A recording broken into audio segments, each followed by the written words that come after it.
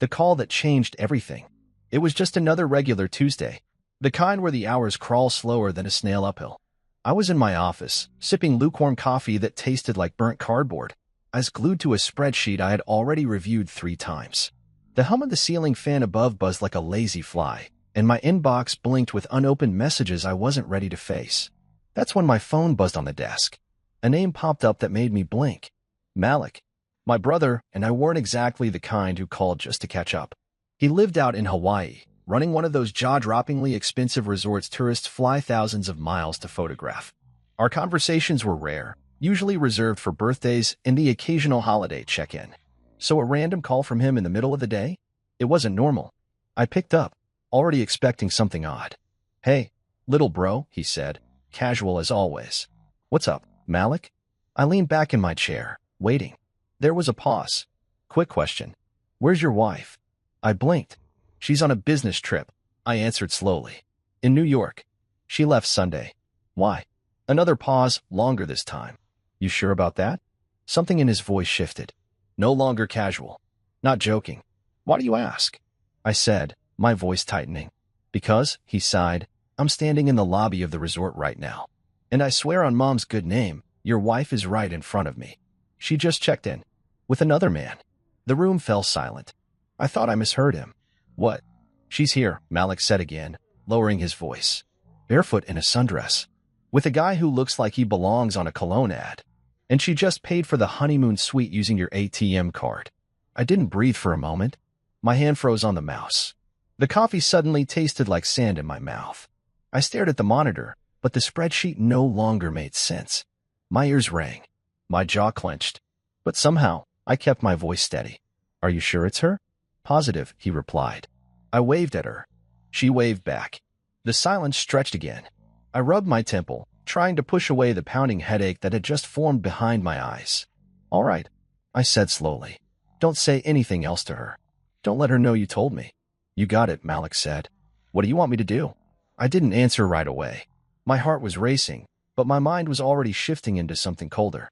I stood from my desk and walked to the window, watching the wind rustle the trees outside. My thoughts were a storm. Brielle, my wife of 6 years. I met her at a work seminar back when we were still nobodies. She was electric, sharp, confident, the kind of woman who didn't wait for doors to open. She kicked them down. We got along instantly. I paid for her last semester of grad school when her loan got denied. Supported her while she built her startup from scratch. Celebrated her wins like they were my own. And now, she was thousands of miles away, wrapped around another man on a beach, smiling like none of that mattered. I ended the call with Malik after a few more instructions, and I sat down heavily in my chair. I opened our banking app. The transaction history stared back at me like an accusation. $850, ocean view room. $170, champagne brunch. $265, luxury couples massage.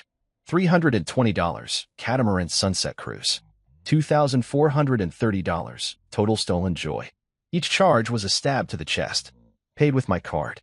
For the past few months, I'd felt something was off. She had started canceling date nights. Always tired. Overwhelmed at work. She'd pull away when I reached out. Dodge conversations with vague excuses. I chalked it up to stress. I didn't press. I gave her space. Turns out, I gave her room to cheat. I wanted to scream, but I didn't. I wanted to throw something across the room, but I didn't. Instead, I just sat there. Quiet. Numb. Processing. Because in that moment, I realized something dangerous. I wasn't going to yell. I wasn't going to cry. I was going to get even. I wasn't going to burst into Hawaii demanding answers. I wasn't going to storm into her hotel suite and punch the guy in the face. That's what she'd expect. That's what she'd prepare for. But me? I was going to sit down. Think. Plan. By the time she realized what was happening, she wouldn't even know what hit her. I picked up the phone again. Called Malik back. "Keep watching," I said. "Tell me everything. And send photos if you can without getting caught." He agreed. He always liked a little drama, and for once, we were on the same team. Then I called my assistant and said I wouldn't be in the office the rest of the week. I closed my laptop. I poured a glass of whiskey, sat on the couch, and stared at our wedding photo above the fireplace. I remembered the way she smiled that day, the vows she made, how her voice cracked when she said forever. I should have known then, Some people say forever, but they mean until the next shiny thing comes along. I clinked the glass against my teeth. She thought I was a fool, that I'd never find out. But she forgot who I am. She forgot that I pay attention, that I see patterns, that I built my life on structure and precision. She played a careless game in paradise. And now? Now, I was about to show her that betrayal has consequences. And Hawaii was about to become the last place she'd ever forget. Paradise exposed. The funny thing about betrayal is how it doesn't hit you all at once. It seeps in like cold water under a door, slow at first, then soaking everything before you realize you're standing in a flood. That night, I sat in my living room with the lights off, letting it all soak in. The only sound was the clink of ice against glass and the slow creak of the ceiling fan above. I stared at the bank statements again, scrolling through the damage like it was a crime scene report. A couple spa package. Sunset cruise. Room service that could feed a football team. My name on every receipt. My money funding their fantasy. She had taken what we built and used it as a getaway fund for a fling. But I wasn't going to act rash. Not yet. Instead, I called Malik again. Describe him to me, I said, pouring another drink. He chuckled, not because it was funny, but because it was absurd. Tall, model-looking. You know the type. Skinny jeans and loafers on a beach, like he's allergic to sand. She kissed him on the cheek earlier. Held his hand. They looked too comfortable to be coworkers. I closed my eyes. He wasn't wrong. I already knew in my gut it wasn't business. Her emails had become vague lately. No more, be back Wednesday, or client meeting at 3. Just one-word replies or ghost-like silence. I told myself she was stressed, that she needed space. I gave her that, and she took it all the way to Hawaii. Thanks, man, I said. Keep an eye on her. Don't let her know you've said anything. Already on it, Malik replied. She booked the stay under your full name, by the way. No shame at all. Of course she did. After we hung up, I sat in silence for a while. I thought about everything. The way she used to wait up for me when I worked late. The way she used to laugh at my terrible jokes. Somewhere along the line, that laughter had faded, and I didn't know when it happened. Or maybe I just didn't want to notice. The idea of confronting her right then burned through my chest like acid. I imagined flying down to Hawaii, bursting into their suite, catching them red-handed. But then I pictured her reaction. She'd probably gasp, cry, beg, deny, maybe even twist the narrative and say I invaded her privacy. Turn it into a story about how I didn't trust her. The victim would become the villain. No, I needed her to be exposed. But not just to me, to everyone. That meant no yelling, no throwing things, no drama, just facts. I pulled up my shared folder from our bank. Every transaction lit up like a breadcrumb trail. I made a new spreadsheet because I needed this to be organized. Cold. Surgical. I labeled each entry by date, location, description, and amount. It wasn't hard to tell what was hers. She loved extravagant little things. Candlelit dinners. Imported wine. Spa facials with names that sounded like they belonged in science fiction movies. And the worst part? It was all billed from my side of the account. I felt like a ghost watching my life from outside. That night, I didn't sleep. I sat at the kitchen island, lit only by the fridge light, drafting a plan. I wasn't going to let her leave Hawaii with a tan and a smile. She'd arrive with betrayal and return with a legal storm. The next morning, I texted Malik, "Can you stall her tomorrow morning? Tell her she's been upgraded or some VIP beach experience. Just buy me time." He replied a few seconds later, "Easy. Consider it done. You cooking something up?" "Yeah," I texted. "I'm done being quiet." Then I called someone I hadn't spoken to in years. Joan. She and I went to college together, and she was the kind of person who could hack into a vending machine and get it to give free snacks for a week. Now, she was a cybersecurity consultant for a law firm and freelanced on the side. When I explained what I needed, she didn't even flinch. "I'll send you a tracker that links to a live purchase log," she said. "Give me access to the joint account, and I'll feed everything into a private sheet. Can you match it to GPS locations?" I asked. She laughed. "You want time, place, and context? You got it. I'll have it by tonight." "Thanks, Joan. I'll make it worth your time." "You already have," she said.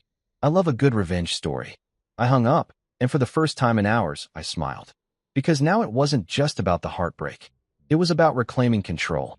I texted Malik again, "Send me a picture." Just one. An hour later, a photo came through. The two of them standing near the beach bar. She was holding a coconut drink with a pink umbrella. Her hair was down, those expensive sunglasses perched on her head, and her hand resting gently on his chest. I zoomed in. No guilt, no shame, just smiles. That's when something inside me snapped into place. The man I had been, trusting, loyal, maybe a little too forgiving. He was gone. The man who stood in his place? He was calculating, focused. I saved the photo and added it to a folder on my laptop labeled Paradise Files. Next, I started gathering copies of all her recent emails and texts. She'd sent the travel confirmation from her work address to his personal one and carelessly CC'd herself. I pulled every digital receipt, every itinerary, every piece of proof. Then I called a lawyer. Not just any lawyer. I needed someone licensed in Hawaii. Malik gave me a name, Tony. Civil attorney, sharp as glass, known for taking down big players with nothing but a folder and a raised eyebrow. I emailed her my evidence. 30 minutes later, we were on a Zoom call. I don't just want a divorce, I told her. I want a financial claim. Fraudulent use of funds. And I want her served while she's still in Hawaii. Tony raised an eyebrow. You're not messing around. Not anymore, I said. She nodded. Send everything. I'll draft a claim. When do you land? I hesitated. I haven't booked the flight yet. Well, she smiled. You'd better hurry. Paradise doesn't stay quiet forever. And with that, I closed the laptop, leaned back, and looked at the photo one more time. Brielle thought she was living her best life. But she had no idea I was about to turn her paradise into a courtroom. I wasn't just exposing her. I was preparing to bury the fantasy, publicly, legally, and with precision. And I would be watching every moment of it unfold.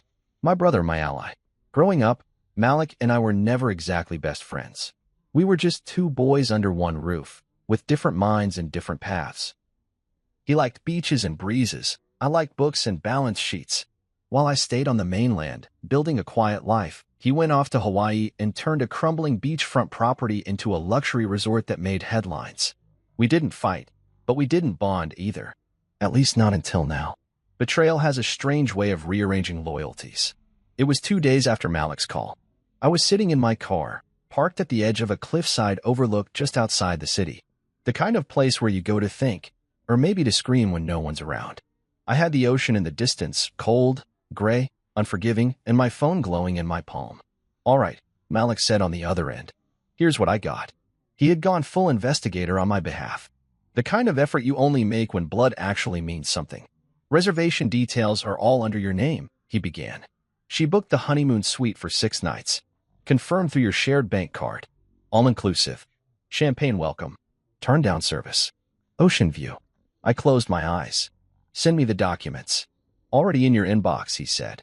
And I've pulled security footage too. Discreet angles.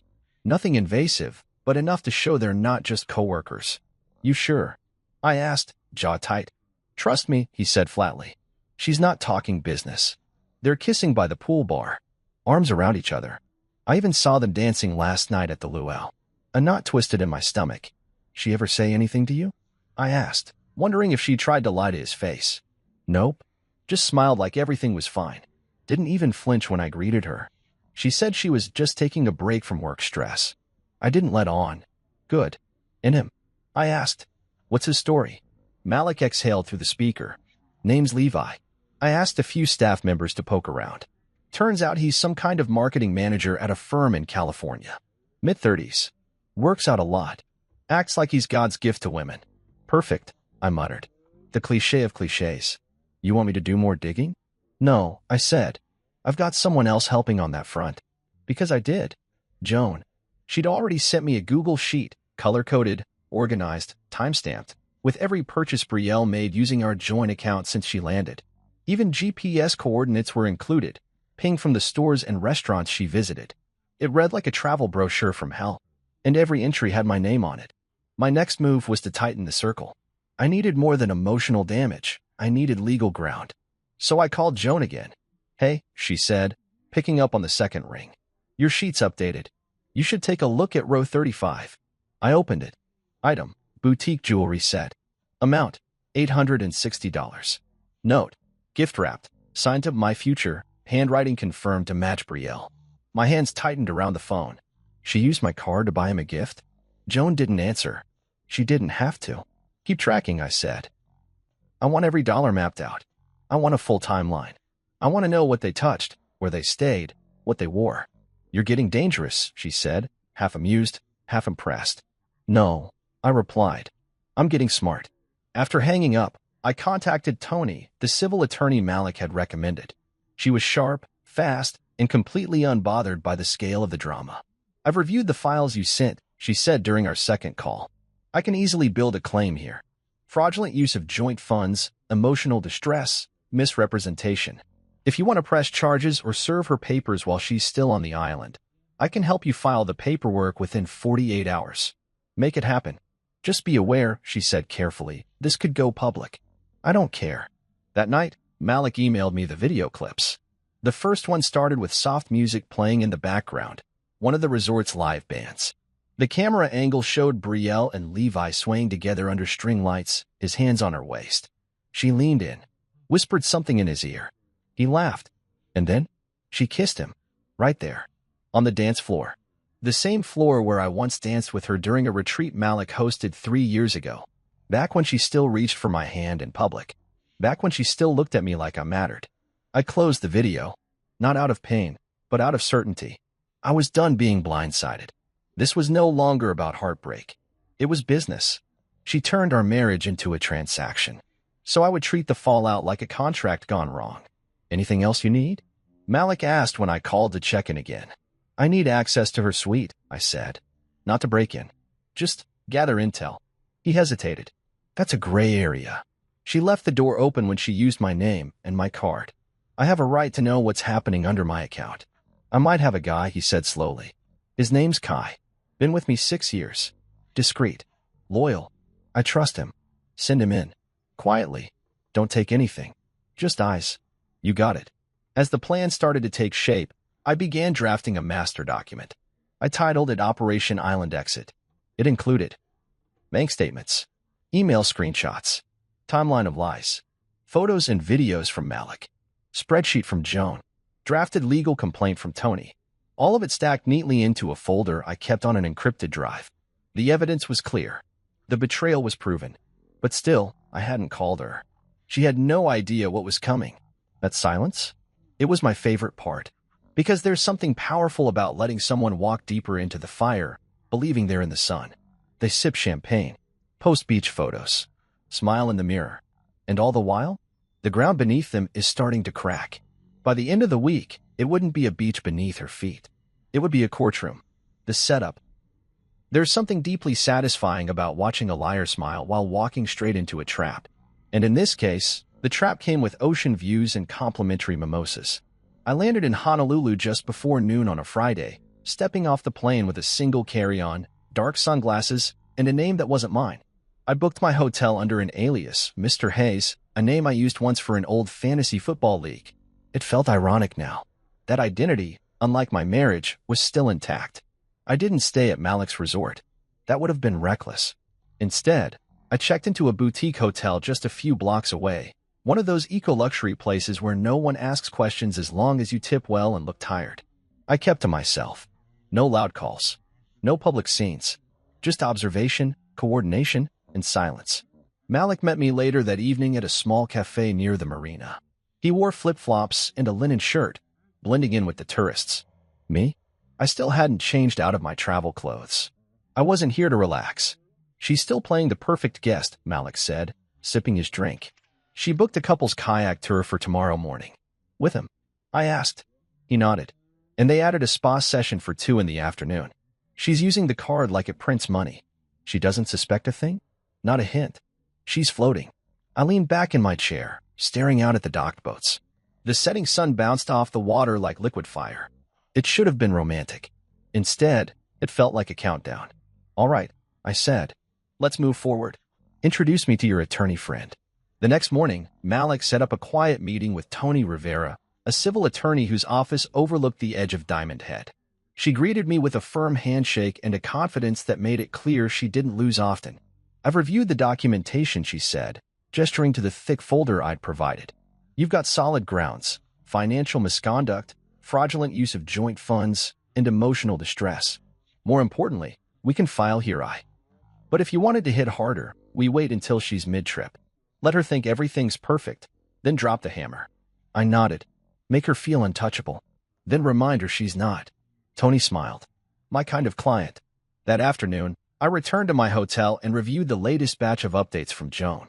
The spreadsheet had grown. More dinners, jewelry, a private snorkel tour. One transaction labeled Lover's Cove Picnic Basket Premium. That one stung. Not because of the money, but because we'd done that same picnic 2 years ago. It had been her idea then. Now, it was recycled romance for someone else. I closed the laptop and called Malik. Time for the next phase, I said. Card switch, he asked. Yes. Can Kai handle it? Kai was Malik's right-hand man. Quiet, unshakable, the kind of guy you could trust to carry secrets to the grave. Malik once said Kai had fixed a blackout during a hurricane with duct tape and a screwdriver.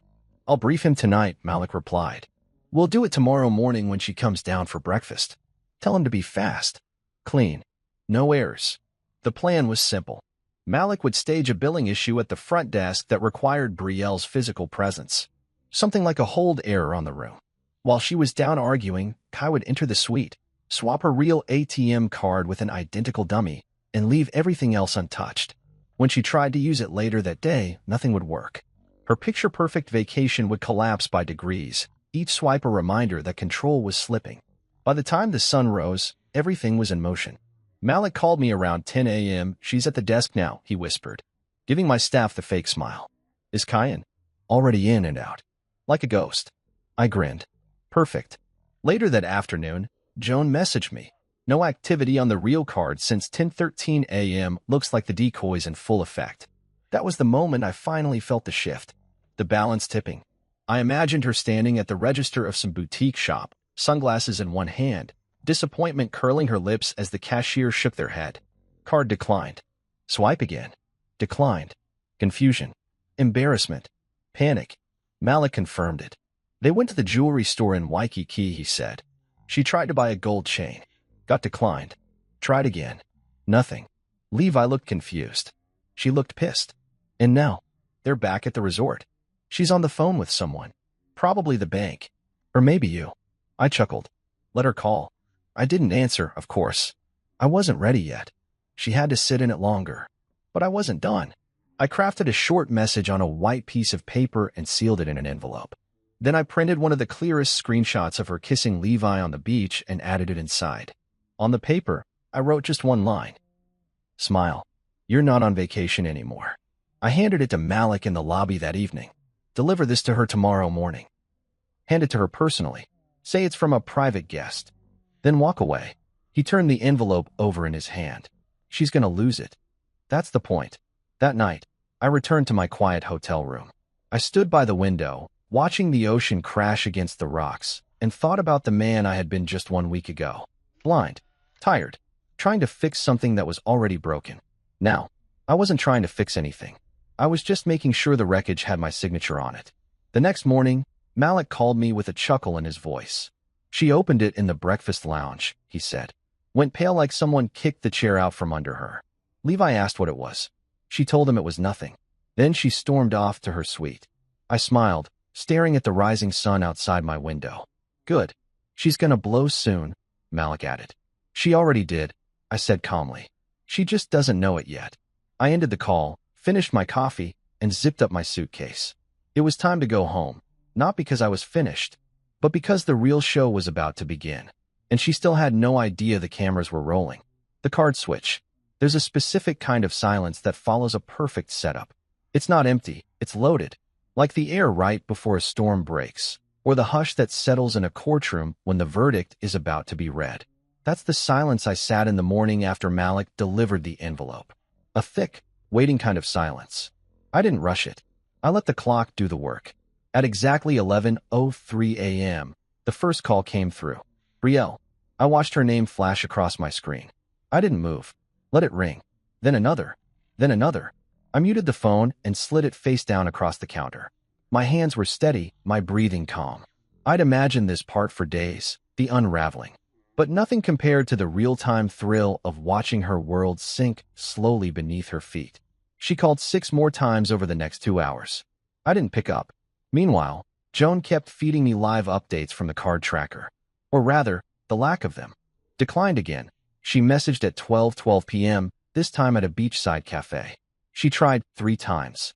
The beautiful thing about revenge done right is that it's not loud. It doesn't slam doors or scream accusations.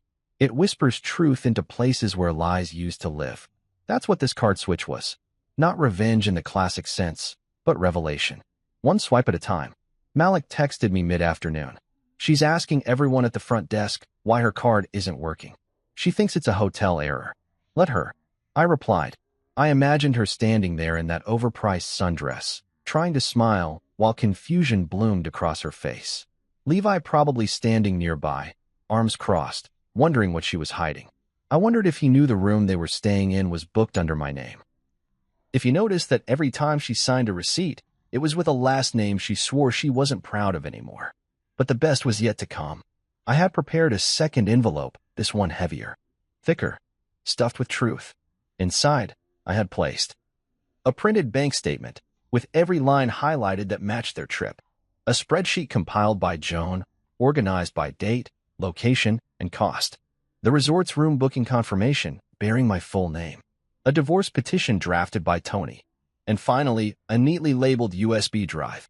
That USB? It contained the video footage Malik had collected, their slow dances, hand-holding, laughing under tiki lights, the kiss by the bar, all time-stamped, all in high resolution. This wasn't just evidence, it was a story, a timeline of betrayal wrapped in facts, and it was about to land directly in her hands. I made one last call to Malik that evening. You sure about this? He asked, though his voice already held the answer. She took a vacation on my dime, I said. She can handle a wake-up call. The next morning, Malik approached her in the hotel lobby, same as before. Mrs. Thorne, he said. I laughed when he told me later she didn't correct him. She was so used to pretending, she forgot to drop the act. This was left for you by a guest, he added, handing her the envelope. She took it without question. 20 minutes later, my phone buzzed again. Unknown number this time. I didn't answer. Then Malik called. She opened it in the suite, he said. I couldn't see her, but one of the cleaning staff said she threw something against the wall. Then she started shouting. Levi. He left the room 10 minutes later. Looked like someone had slapped him in the face. Did she chase after him? Nope. She slammed the door. He walked down to the pool bar alone. Asked for tequila at 10 a.m. That was almost poetic. I could picture him standing there in his beach shirt, staring out at the waves, suddenly realizing he was just a prop in someone else's mess. That everything she promised him, freedom, love, adventure, was built on stolen money and borrowed names. Later that evening, I got a call from Tony. She's officially been served, she said. Divorce petition, financial claim, and all supporting evidence. We have documentation of receipt. She knows she's been caught. And the lawsuit? Filed. We'll follow up once she returns to the mainland. But based on the footage and your bank records, the case is solid. I thanked her and hung up. That night, I didn't celebrate. I didn't toast a victory or call friends to brag. I just stood on the balcony of my hotel room, watching the tide roll in, listening to the soft hush of the waves meeting sand. I thought about everything. 6 years of marriage. Countless sacrifices. Quiet nights where I stayed up late finishing her pitch decks. The way she used to rest her head on my shoulder when she couldn't sleep. The little things that build a life. And how, one by one, she tore them down for a man who couldn't even pay for his own cocktails. Somewhere down there, in another hotel suite, she was pacing, panicking, scrambling to call banks, lawyers, anyone who would listen. But the truth? No one could help her now. She betrayed the one person who actually would have stood by her. She mistook kindness for weakness. And when she decided to treat our marriage like a game, she forgot one important thing. I never lose when I know the rules. And now, I was the one writing them. By the next morning, she had checked out. Malik texted me. She left in a rush. Didn't speak to anyone. Levi's gone too. Good, I replied. I boarded my return flight that afternoon. No first class. No upgrades. I didn't need luxury. I had peace. And sometimes, that's more valuable than anything money can buy.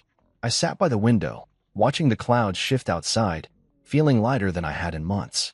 There were still battles ahead, court dates, settlements, a property division. But the hardest part was over. She'd seen the truth. She'd tasted what it felt like to be powerless. And she'd know, forever, that the man she tried to deceive wasn't the fool she thought he was. He was the one with the final move. The panic call.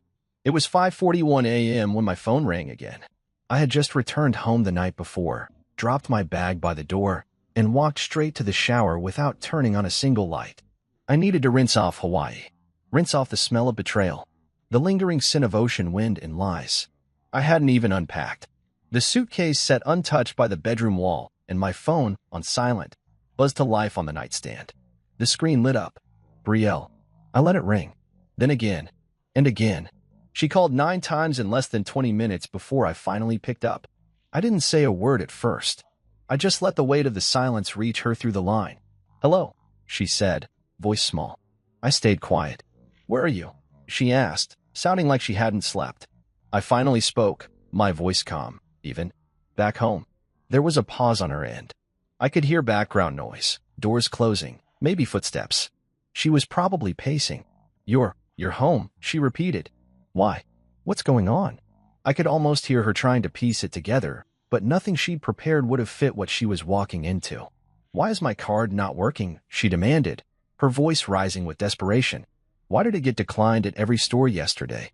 I called the bank, and they said there was a freeze on it." Did you do something? Did I do something?" I repeated slowly. "That's Rich. Listen," she began quickly, "this whole thing. I know how it looks, but it's not." "Don't," I interrupted. She went quiet. I stood at the window of my house, looking out at the neighborhood just beginning to stir. Sprinklers ticked on across lawns. Early joggers passed by with earbuds in, completely unaware that on this call, a marriage was being dissected piece by piece. "You told me you were in New York," I said plainly. "You packed a suitcase and kissed me goodbye and said you were meeting a client uptown." "I was," she lied. "You weren't," I said. "You were in Hawaii, at my brother's resort, with another man." I heard her inhale sharply. "And you used my card," I continued, my voice still low, still cold. "Every cocktail, every massage, every dinner, every room service bill, you swiped with my name. You made reservations in my name. You laid in bed with another man, in a suite I paid for." "Wait," she said, stumbling over her words. It's not like that. Don't lie again, Brielle. I wasn't trying to hurt you," she snapped, desperation cracking her voice now. "It was a mistake. It just happened. You planned the trip. There was silence. You bought the tickets. You forwarded the itinerary to him. You used my funds to do it. That's not a mistake, Brielle. That's a choice." I let that hang in the air. She didn't respond. "You don't understand," she finally whispered. "I've been feeling lost, alone. You've been distant. You've been working so much." "No," I cut in. "Don't do that. Don't blame my job. Don't act like loneliness is a permission slip for betrayal. You could have talked to me. You could have told me something wasn't right. Instead, you packed a bag, smiled in my face, and flew to paradise to play house with someone else." There was no defense. She knew it. Her voice broke. "Please. I'm sorry. I didn't mean for it to go this far. It just got complicated. I was confused." "You weren't confused when you booked a luxury suite. You weren't confused when you bought him a necklace with my card." She gasped. How do you know that?" "I know everything," I said. "Every charge, every location, every video, every lie." She was completely silent now. "You really thought you'd get away with it?" I asked. "You thought I'd sit here while you dipped into our account and took a vacation with someone else?" She stammered. "I needed something different. I didn't plan on hurting you. I swear. I still love you." I almost laughed. "No, Brielle," I said. "You love what I gave you. The stability, the money, the image. You loved the version of me that didn't know what you were doing." She cried then, quietly. I didn't interrupt. I didn't comfort. "I don't know what to do," she said between sobs. I made a mistake. You'll get a package by 9 a.m., I said calmly. "What?" "In your suite. Courtesy of the hotel manager. Open it. Read everything inside. Then pack your things and check out. You'll be flying home alone." She sniffled. "What's in it?" "Reality," I said. "Something you've been avoiding." "I can fix this," she pleaded. "Please. I know I hurt you, but I'll do anything. Just tell me how to make this right." "You can't," I said. "This isn't about hurt anymore. It's about who you chose to be when you thought I wasn't watching." "But I didn't mean to fall for him," she whispered. And there it was. The truth. I didn't even flinch. "Brielle," I said slowly. You chose him. You booked the flight. You packed the bags. You shared the bed. You used my card to fund the fantasy. That's not something that just happens. That's effort. That's intention. Silence. And then the smallest voice I had ever heard from her. I'm scared.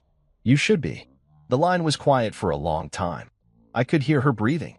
Maybe she thought I'd soften. Maybe she thought I'd say, come home, or we'll figure this out. But I'd figured it out already, and she no longer had a place in it. I have to go, I said. Wait. But I hung up. I stood in the quiet of the house for a long while after that. The walls felt a little wider. The air, a little clearer. Like the house had been holding its breath too, and now it was free to exhale. I went downstairs, brewed a fresh cup of coffee, and took it out onto the porch. The sky was turning gold. Birds chirped in the trees. For the first time in a long time, I felt still. No more guessing. No more wondering. Just truth. I didn't need to yell or scream to win. All I had to do was stop pretending she was someone she never intended to be. And soon, when she opened that package, she'd realize just how much pretending had cost her. The envelope of consequences. The sun rose in Honolulu like it always did, calm, golden, promising. But for Brielle, this morning was going to be different. I imagined her waking up in the luxury suite, the ocean breeze slipping through the curtains, the faint sound of waves in the distance. For a moment, maybe she even forgot everything. Maybe she reached for Levi. Maybe she still hoped this was just a bad dream. But dreams don't come with documents. At exactly 9 a.m., Malik followed through on our agreement. He walked up to the suite, knocked twice, and handed her a second envelope, this one thicker than the last. He didn't say a word, just smiled politely, turned around, and walked away. Inside that envelope was the end of everything she thought she had control over. The divorce petition was printed on crisp, white paper with bold lettering and Tony's law firm's insignia at the top. It detailed every violation of trust, every financial abuse, every legal reason I had for terminating the marriage. No fluff, just facts. Alongside that, I had included a formal restraining order against her access to all joint accounts, investments, and property titles. Tony's team had frozen everything. The house, the cars, the business assets. Brielle now had no access to anything we had built together. Also included was a breakdown, a full spreadsheet, color-coded, labeled, with every single dollar she had spent using my name. There were receipts from the resort, restaurants, designer stores, and even gas stations. Each row was a nail in the coffin. Joan had done an exceptional job organizing it all, and it looked less like a document and more like a prosecution case file. But what truly mattered, the thing that would take her breath away, was the final item in the envelope. A small black USB drive, neatly labeled. Inside that USB was the footage. For separate clips, each captured with date and timestamps from Malik's security system. There was no ambiguity, no grainy, low-resolution blur to dispute. The kiss under the tiki lights, the hand on her thigh at the poolside lounge, the giggling as she leaned on Levi during the luau, the way she leaned into his neck as they walked back to the suite at night. It was all there. And he, Levi, was just as exposed. That's the part she hadn't thought through. He worked for a firm in San Diego. Brielle once told me it was conservative, uptight, known for firing employees over office romances and inappropriate social behavior. She never thought I'd find out. Never thought Malik would track the footage. Never imagined I'd take it this far. But I had. Because love wasn't the point anymore. Dignity was. I got a call from Malik about 30 minutes after he delivered the envelope. "You're not going to believe what just happened," he said, half laughing. "Try me," I replied. She came down to the lobby in a fury, holding the envelope like it had bitten her. Demanded to speak to management. Then she demanded to speak to me. And I asked. "I met her outside the main doors," he said. She started yelling, asking if I was working with you. She said it was invasion of privacy. I let her talk. Smart. Then Levi came out. He looked shaken. I think he saw the video. I leaned back in my chair. He knows. Oh, yeah. His face said it all. He wasn't furious. He was terrified. Probably realized the kind of fallout he's about to walk into. Good. They argued right there, in front of everyone, Malik said. She said something about fixing it. He said something about lawyers. Then he just walked off. Didn't even wait for her. That part didn't surprise. She had traded 6 years of real for 6 days of illusion. And now she was left holding an envelope full of truths and a name no one wanted to be associated with. Later that day, I received an email from Tony's assistant. Everything had been filed. The claims were active.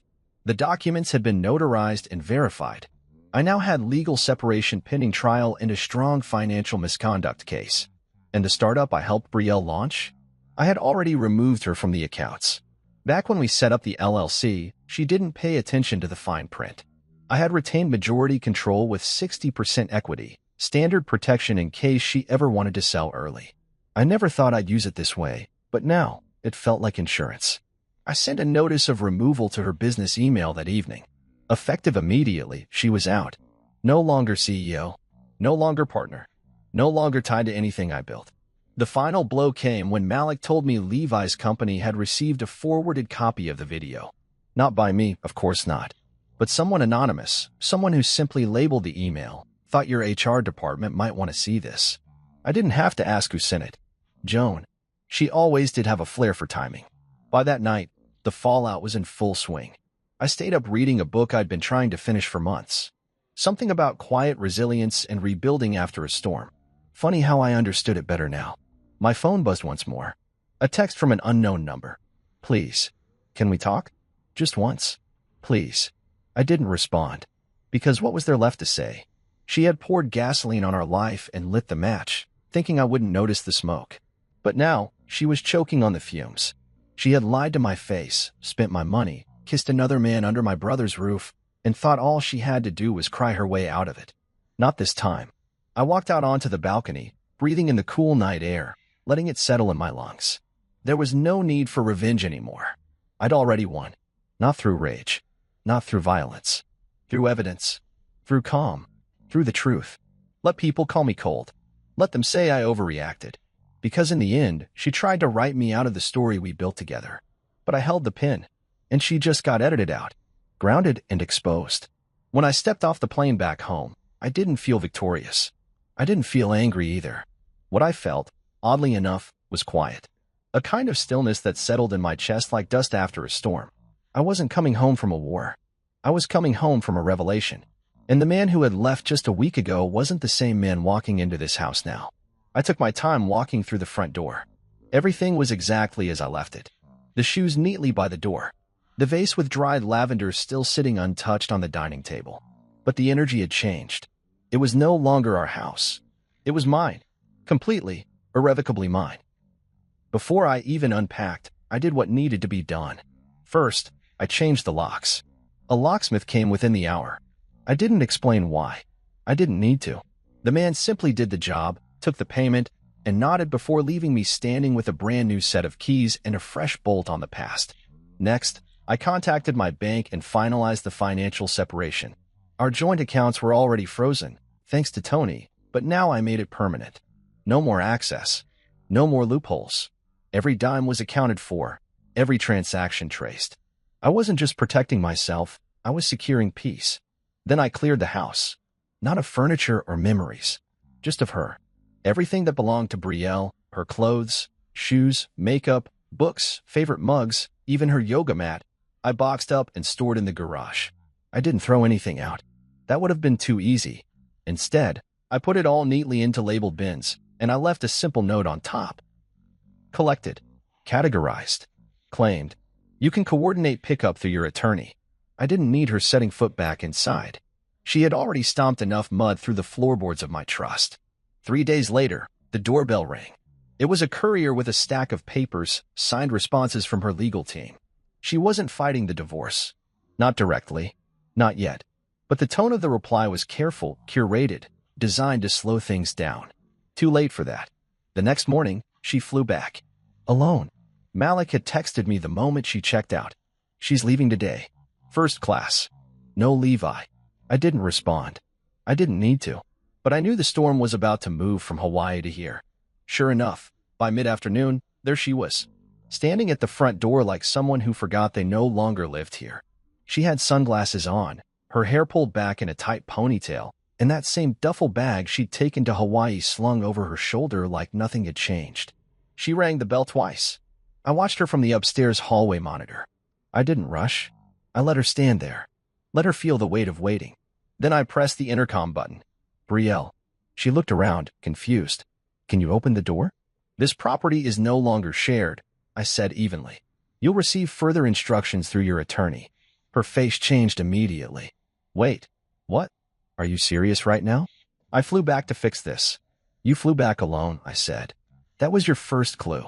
She stepped closer to the door. Please, just let me in. We can talk.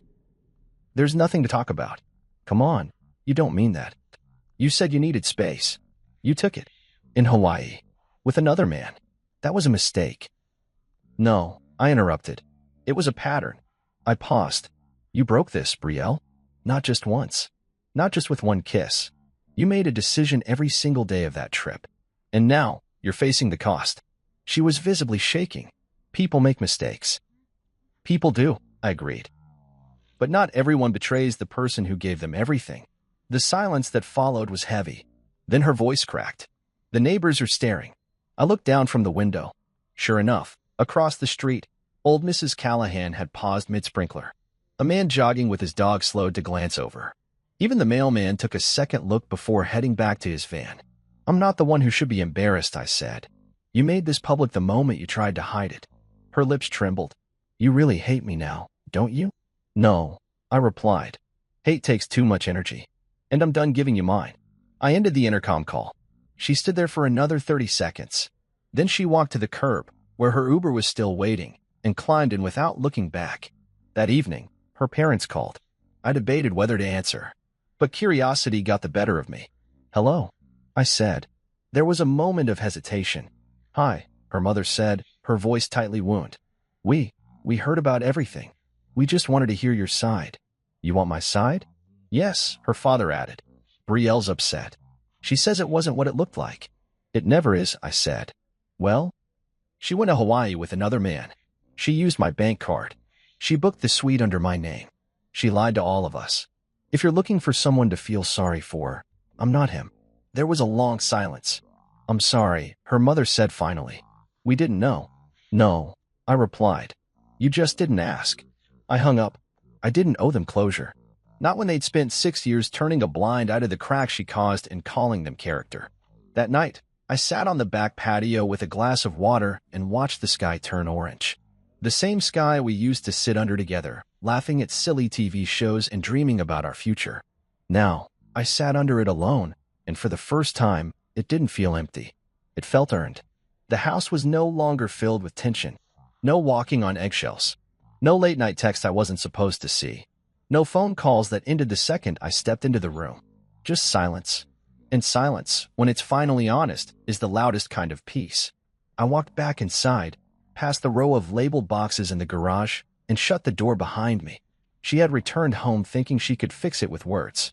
But some bridges burned so clean, there's nothing left to walk across. The final confrontation. A month later, I stood in the hallway outside courtroom 4B, dressed in a charcoal gray suit, holding nothing but a leather folder and calm resolve. The hallway buzzed quietly, shuffling feet, muffled conversations, the occasional call for silence. But all of it faded to a dull murmur as I stood by the bench, waiting for her. Brielle arrived 5 minutes late. She looked nothing like the woman who had stepped onto a Hawaiian beach in a sundress and sunglasses. Today, she wore a navy skirt suit, her hair pulled tight into a bun, as heavy with something between regret and stubbornness. Beside her was a sharp-looking attorney with an expensive briefcase and the kind of practiced smirk that only existed in courtrooms and overpriced divorce settlements. She didn't make eye contact. I didn't care. My attorney, Tony, stood beside me with quiet confidence, flipping through documents like she already knew how this would end. When the clerk called our case, we entered the courtroom and sat across from each other at 2 separate tables. The judge was a middle-aged woman with a steel gaze and a reputation for disliking unnecessary drama. Exactly who I'd hoped for. Tony opened with a calm summary of the case: financial misconduct, betrayal of marital trust, fraudulent use of shared assets. She spoke clearly, backed by dates, receipts, bank statements, and video footage we'd submitted into sealed evidence. Brielle's lawyer tried to counter with emotional appeals. Your Honor, he said, my client acknowledges that mistakes were made. But this was not a calculated attempt to harm her husband. This was the result of emotional distance in the marriage. My client felt isolated, neglected, and alone. She acted irrationally, yes, but not maliciously. Brielle lowered her eyes, like the weight of those words was hard to carry. The judge didn't blink. Tony rose smoothly. Your Honor, feeling neglected doesn't justify using your spouse's identity and financial accounts to fund an adulterous vacation. My client has presented proof of premeditation, booking details, duplicate reservations, and video footage showing sustained romantic engagement with another man. This was not spontaneous. This was a pattern. The judge nodded, flipping through the documents. Then she turned to Brielle. Mrs. Thorne, do you deny traveling to Hawaii with another man using your husband's financial information? Brielle looked up, her voice barely audible. No, Your Honor. Do you deny that the room, the meals, and the gifts were charged to your husband's account without his consent? Again, no, Your Honor. Do you deny that during this trip, you portrayed yourself as unmarried on official travel documents submitted to the resort and tour companies? Her attorney tried to speak, but the judge raised a hand. I'd like to hear it from her. Brielle hesitated, then shook her head. I don't deny it. The judge nodded and leaned back in her chair. Thank you. Tony stood again and handed over the final exhibit, my written statement. The judge read it silently for a moment before placing it aside. Then it was my turn. Would you like to say anything? The judge asked. I stood, buttoned my jacket, and walked slowly to the witness platform. I didn't look at Brielle. Not once. My eyes stayed forward, my voice even. I was married for 6 years to a woman I thought I knew. I supported her through grad school, paid off her debts, helped launch her business. I built our life carefully, brick by brick. And one day, without warning, she took a sledgehammer to all of it and smiled like it was self-care. A few people in the gallery shifted. I continued. She planned a trip with another man. She lied to my face. She used our joint funds, my money, to finance a vacation she called a business trip. She bought jewelry for someone else while pretending to be someone else. She committed financial betrayal and emotional abandonment, all in one act. I paused. And when she got caught, she didn't apologize. She didn't come home and confess. She panicked because the fantasy fell apart. I finally turned my head slightly, just enough to glance at her. You had 6 years to make things work, I said softly. You chose a 5-day trip over a lifetime. I stepped back, nodded to the judge, and returned to my seat. The room was still. The judge adjusted her glasses, glanced at the stack of evidence once more, and gave her ruling. The court finds the evidence overwhelmingly in favor of the petitioner, she said firmly. The divorce is granted effective immediately. The house, bank assets, and startup business will be awarded to the petitioner in full. Additionally, the respondent will be required to repay $7,200 in misused funds, as documented. Brielle's lawyer tried to argue for reduced repayment. The judge cut him off. This is not a trial for emotional debate. The law is clear. Fraud has consequences. Brielle's shoulders sagged. She didn't speak. Outside the courtroom, I waited for a moment near the elevators. Not for her, but because Tony had stepped into the hall to take a call, and I needed to sign one last form. Brielle eventually approached. Alone. I glanced at her. She looked tired. Not the tired of missing sleep, but the tired that comes from carrying a story that finally collapsed. Can I say something? She asked. You just did. In court. She frowned. I didn't mean for any of this to happen. I turned toward her fully. That's the problem, I said. You never meant for anything. You just let things happen, until you couldn't hide them anymore. I was confused, she said weakly. No, you were dishonest. I thought maybe after some time. There's no after, Brielle. She looked down, as if expecting that. Her voice was small again. Did you ever love me? I didn't flinch. I did. Completely. And you turned it into paperwork. Her eyes welled up, but I didn't comfort her. That time was gone. She opened her mouth to say something else, but I stepped past her as the elevator dinged. Tony returned, handed me the signed file, and we left. I didn't look back. That evening, I opened a bottle of wine and stood on my balcony again. The wind had picked up. The air had shifted.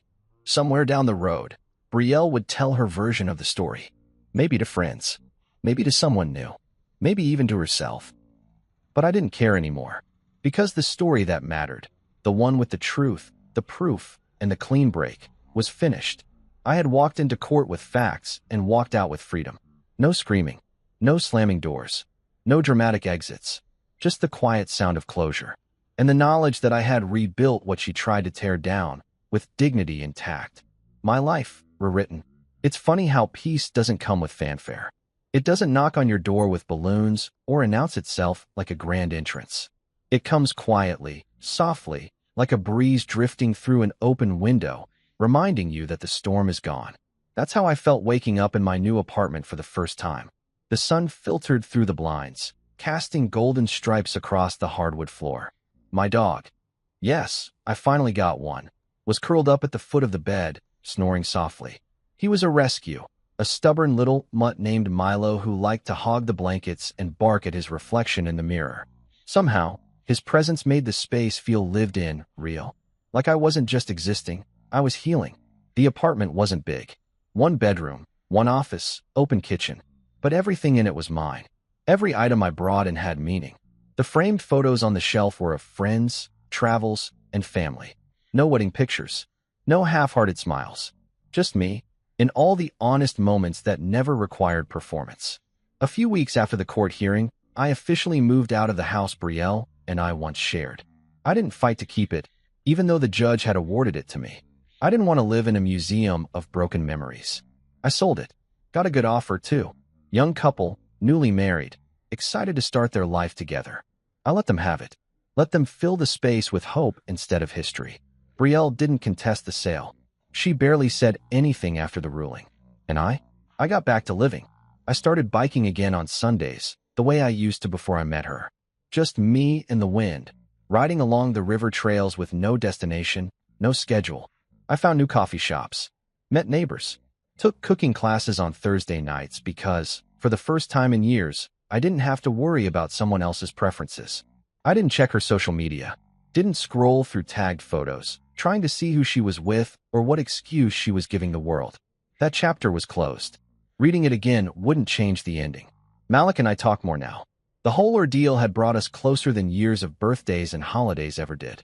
We laughed about things now, small details that had once stung. You should have seen her face when the envelope landed, he'd said once over a call. Like someone handed her a live grenade. He came to visit a few weeks later. We grabbed dinner, sat on the rooftop of a local restaurant, and just talked. No tension, no rushed updates. Just two brothers who had been through something ugly and came out stronger for it. "You're different," he said, sipping his beer. "Better or worse?" "Better," he replied. "You look lighter. Like you're finally breathing." I nodded. "Feels that way too." Then there was Tony. What started as a purely professional connection had slowly grown into something I didn't expect. We stayed in touch after the case ended, initially about paperwork, then about life. One evening, we met for drinks at a quiet bar downtown. She looked different out of court, more relaxed, warmer. Her sharpness was still there, but it was softened by genuine curiosity. She asked how I was doing, not in the way people do to be polite, but like she really wanted to know. "I'm learning to be selfish again," I told her. She smiled. "Good. You earned that."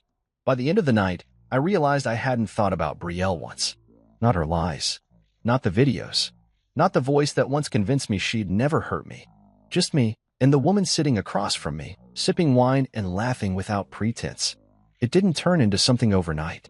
I didn't dive into a rebound or force myself into romance. I let it unfold the way healing should: slow, steady, respectful. Maybe it becomes something more. Maybe it doesn't. But for once, I was okay with the uncertainty. One Saturday morning, I visited the place I used to sit with Brielle on our good days, an overlook that faced the city skyline, tucked behind a quiet park. I sat alone on the bench, watching the wind carry leaves across the path. I thought about everything she took from me, and everything I took back. She took my trust. I reclaimed it through boundaries. She took my finances. I rebuilt with intention. She took my dignity. I answered her betrayal with grace, strategy, and silence. People often say that revenge is best served cold, but I disagree.